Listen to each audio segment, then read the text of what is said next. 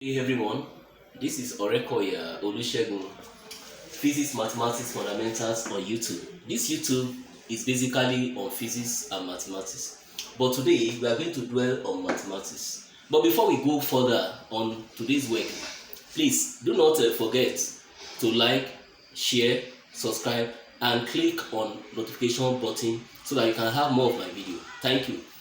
Today we are going to take a particular aspect of my YouTube, which is mathematics, and then under this mathematics we are still under what is called analytical geometry. Analytical geometry is showing relationship among points, line, different shapes, and then other shapes too. Now today we are going into the idea of what is called conic section. Now from the word conic, the shape that sounds like conic is cone. Now let's consider this plain cone as it is here. If we cut this plain cone from one side to this other side here, the type of shape we are going to see, or the curve we are going to see, is a circle. It's a circle.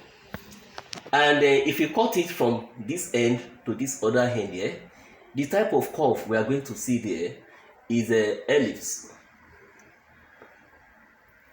And if we cut from this end to this other end here, the type of curve we are going to see is called the parabola.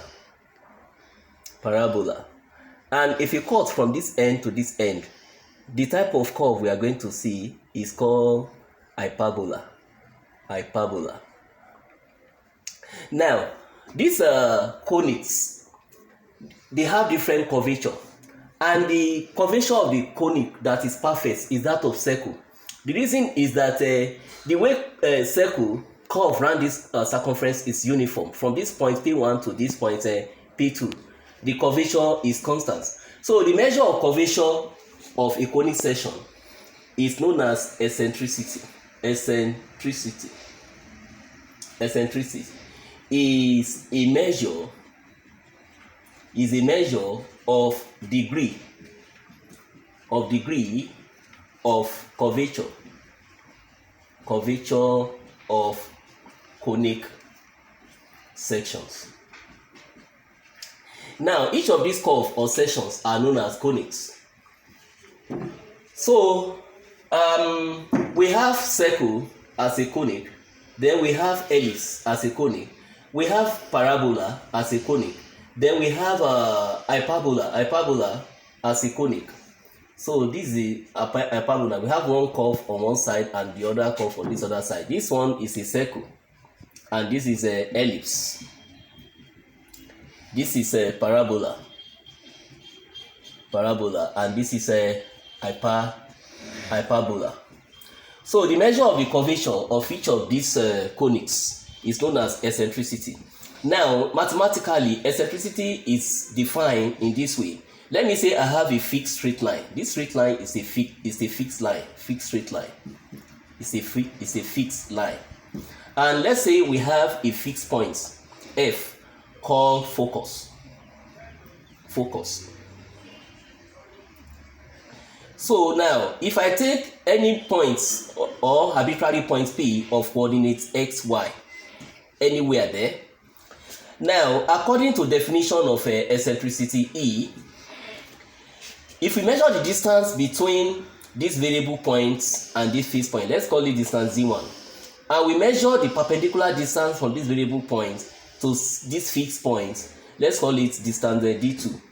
The ratio R between distance D1 to D2, that means the distance of the variable point to the fixed point divided by the distance of the variable points to this fixed straight line, is known as eccentricity. That ratio, that is D1 over D2, is known as eccentricity.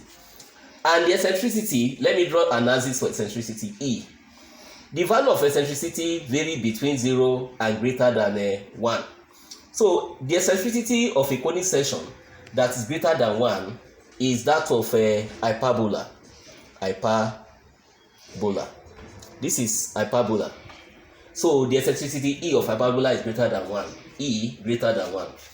The eccentricity E that is equal to 1 is that of a parabola.